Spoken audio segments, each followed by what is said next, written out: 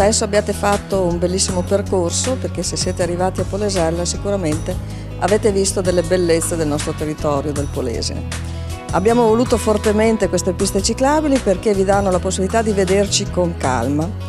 Siete arrivati a Polesella, nella parte terminale del vostro percorso, a Adige Po. Prima di arrivare al Po avete visto la nostra Raccano, avrete visto il nostro fiume, avrete visto il nostro paese con le sue bellezze, Carosetta, Villa Morosini.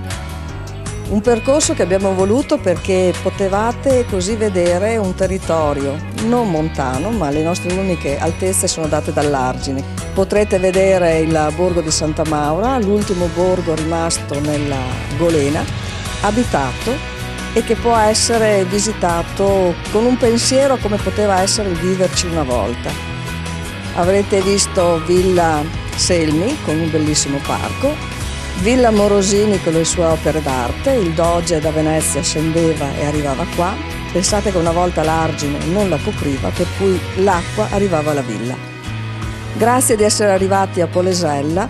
Se volete passare l'Argine passate di là, andate in Emilia Romagna. Se volete tornare indietro restate nel Veneto e continuate a venire a visitarci.